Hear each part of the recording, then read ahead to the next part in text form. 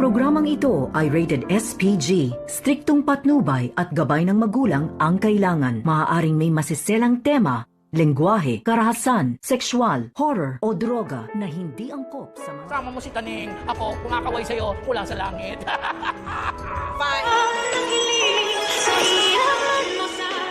Ngayong Lunes, narito na nga ang ating pagkaabangan mamaya sa abot kamay na pangarap.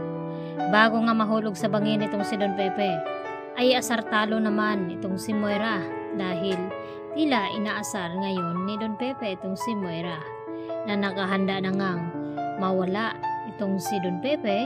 At dito naman na sinabi ni Don Pepe kay Moira na habang na sa itaas daw siya sa langit, kumakaway daw siya dito kay Moira.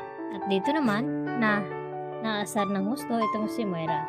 At nang iwanan nga nila Moira at Balahadja itong si Don Pepe at pinakalagan dito ni Dax, ay dito naman na kumuha ng pagkakataon itong si Don Pepe at gamitin itong binigay ni Zoe na gamot na pangpatulog. At dito niya na itinurok kay Dax at nahimatay nga ito. At hindi na nga nag-aksaya ng oras itong si Don Pepe. Agad siya na kumuha dito ng kahoy upang ipokpok dito naman kay Balahadja. At sakto nga pagpasok ni Balahadja dito sa pinagtatalian ni Don Pepe, ay dito niya hinampas at talagang bumulagta ito. At dito na rin nagmamadali itong si Don Pepe lumabas at dumaan sa likuran. At dito rin na niyakap ni Zoe nang makita ni Zoe itong si Don Pepe. At dito rin na sinabi ulit ni Don Pepe na wag daw mag-alala dahil hindi daw niya idadawit itong si Zoe at itong si Moira. Kaya agad na tinungo nila ni Zoe at Don Pepe itong kotse at pinasakay siya nito.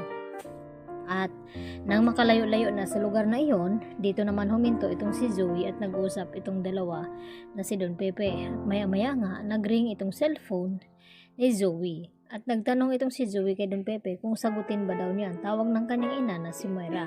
At dito naman na sinabi ni Don Pepe na sagutin niya para hindi magduda at hindi mag-isip na kung ano-ano itong si Moira. At dito nga sinagot ni Zoe at nagtanong pa nga ito kay Don Pepe na kung sabihin na ba daw niya na pinatakas niya itong si Don Pepe at wala siyang balak na idamay sa pangyaring pagkidnap dito. At dito naman na sinabi ni Don Pepe sa kanila kay Zoe na wag daw muna dahil baka nandun pa itong si Balahadja at delikado itong si Moira.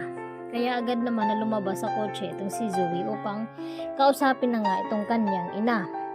At dito na nga na nagkukunwari itong si Zoe na walang alam at nagulat kunwari na nakawala nga daw itong si Don Pepe.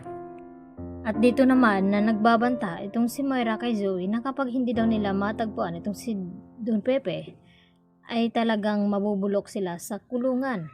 At dito rin na ibinaba na nga ni Zoe ang telepono at sakto naman na tinawagan ni Don Pepe itong si RJ at itong si Giselle. Sa akala na narinig at nalaman na nga dito ni Giselle at RJ na may kinalaman nga itong si Zoe at Moira sa kidnapping.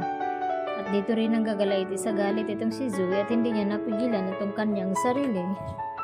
At binuksan ni Zoe ang kotse at pilit na kinuha ang cellphone na gamit nga dito ni Don Pepe. At dito naman nagmamadali na lumabas itong si Don Pepe upang takasan nga ito si Zoe.